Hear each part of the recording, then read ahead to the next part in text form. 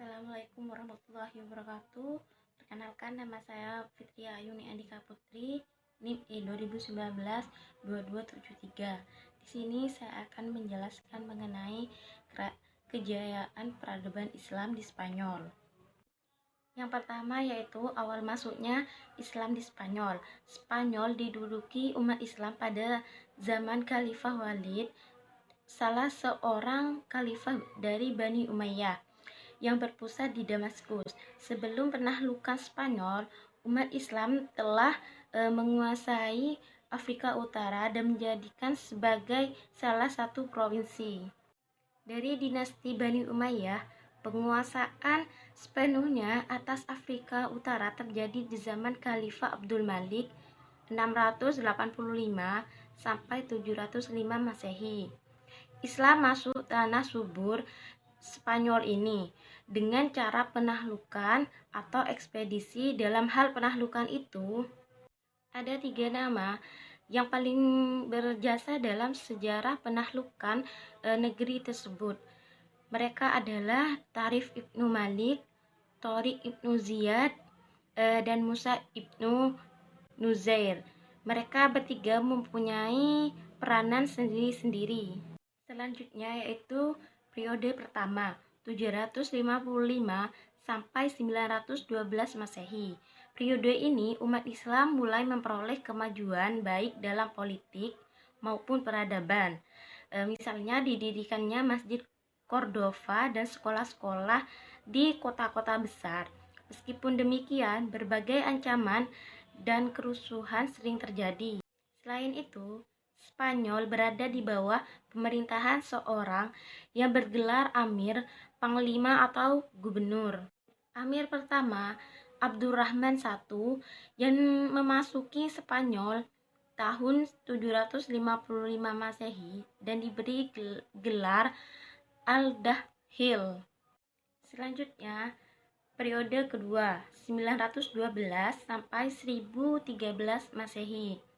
Periode ini umat Islam Spanyol mencapai puncak kemajuan dan kejayaan, menyaingi kejayaan Daulah Abbasiyah di Baghdad.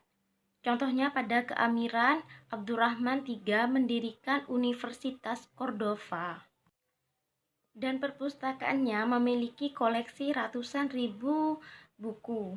Periode ini berlangsung dari pemerintahan Abdul Al-Rahman III yang bergelar An-Nasir sampai munculnya raja-raja kelompok yang dikenal dengan sebutan Muluk At-Tawif.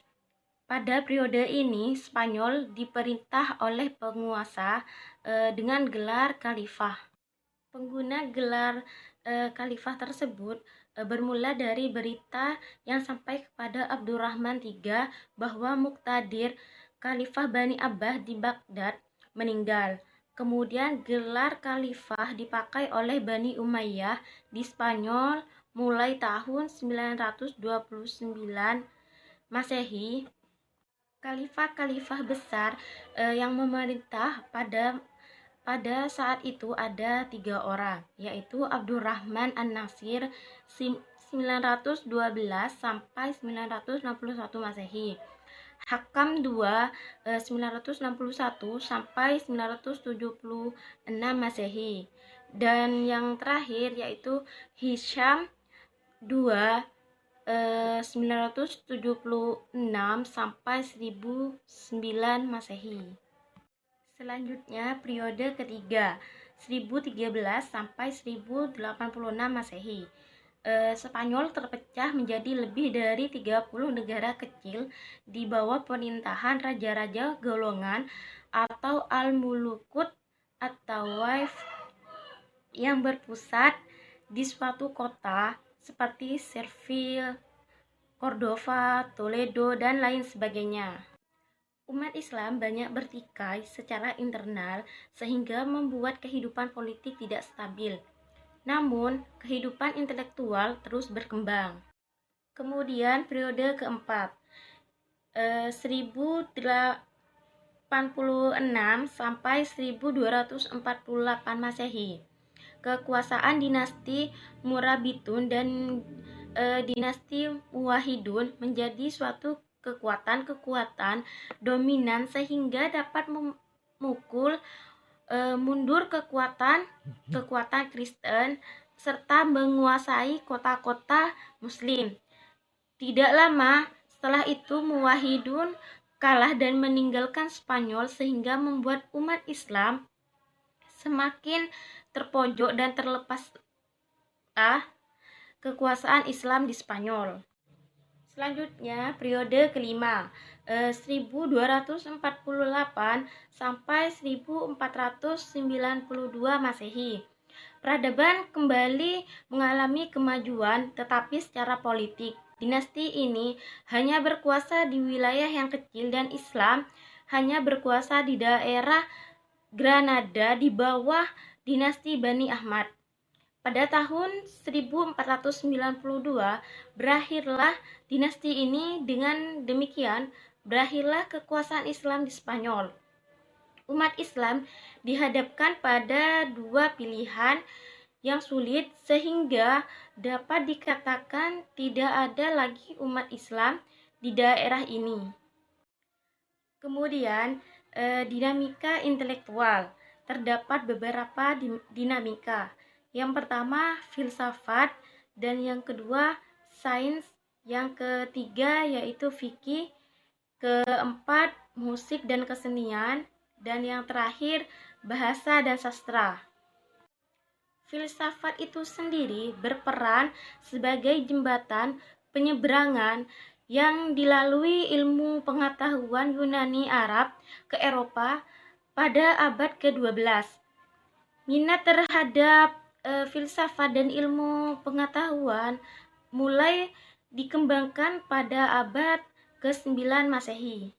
Tokoh utama pertama dalam sejarah filsafat Arab Spanyol adalah Abu Bakar Muhammad bin al-Shaykh yang lebih dikenal dengan Ibnu Bajjah.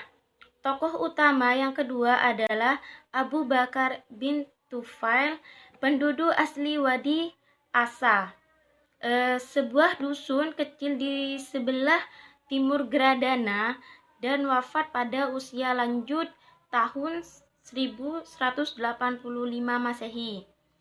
Bagian akhir abad ke-12 Masehi menjadi saksi munculnya seorang pengikut Aristoteles yang terbesar di gelanggang filsafat dalam Islam, yaitu Rushd dari Cordova. Selanjutnya yaitu sains, ilmu kedokteran, musik, matematika, astronomi, kimia, dan lain-lain juga berkembang dengan baik di Spanyol. Tokoh-tokoh sains Abbas ibn Fama tamasyhur dalam ilmu kimia dan astronomi. Ia orang yang pertama kali menemukan pembuatan kaca dari batu.